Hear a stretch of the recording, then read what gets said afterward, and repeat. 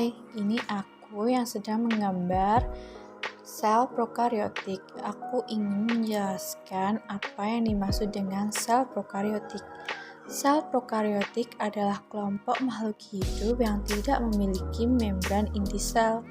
Prokariotik memiliki ukuran mikroskopi yang lebih kecil dari eukariotik dan memiliki materi genetik yang lebih sederhana.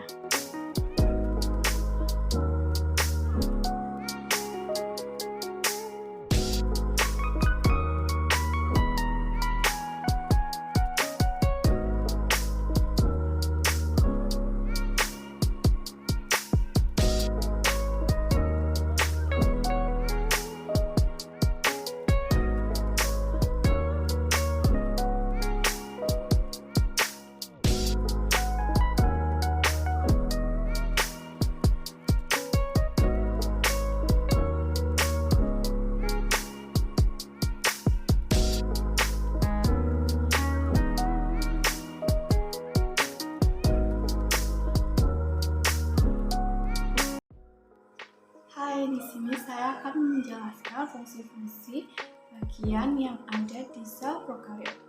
Yang pertama, fungsi kapsul. Fungsi kapsul sebagai pelindung sel mencegah sel kekeringan, membantu melekatkan diri dengan bakteri lain atau organisme lain, dan melindungi bakteri patogen dari pengaruh antibodi sel ini. Yang kedua, dinding sel yang berwarna kuning. Fungsi dinding sel adalah untuk memberi bentuk dan melindungi organel internal sel. Yang ketiga adalah membran plasma. Fungsi membran plasma adalah sebagai pelindung sel terhadap lingkungan ekstraseluler dan mengatur lalu lintas zat-zat keluar masuk sel. Yang keempat adalah sitoplasma. Fungsi sitoplasma adalah sebagai tempat berlangsungnya reaksi metabolisme dan penyimpanan cadangan makanan dalam bentuk granula tidak larut air atau granula penyimpan. Yang kelima ada ribosom. Fungsi ribosom adalah melakukan translasi dalam sintetis protein dan mengubah kode genetik DNA menjadi protein. Yang keenam ada plasmid.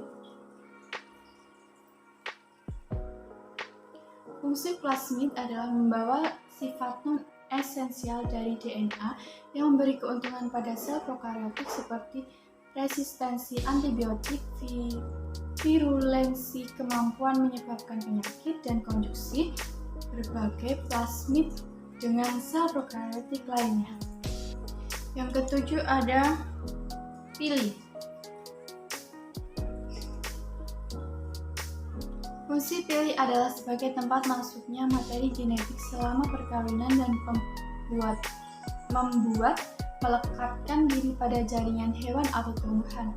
Pili bukan hanya sebagai alat gerak, terdapat pula Wimberia yang serupa pili tetapi lebih pendek.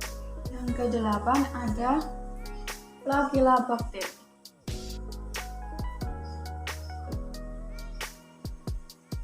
Fungsi Flagellabacter adalah sebagai alat gerak sel. Gerakan flagella prokariotik seperti memutar-memutar. Yang terakhir ada nukleoid atau DNA melingkar. Fungsi nukleoid serupa dengan inti sel pada eukariotik, hanya saja tanpa membran inti, sehingga mengalami kontak langsung dengan sitoplasma. Sekian penjelasan dari saya tentang fungsi-fungsi yang terdapat pada sel prokariotik. Mohon maaf jika apabila terdapat penyebutan nama-nama pada bagian sel prokariotik yang kurang tepat.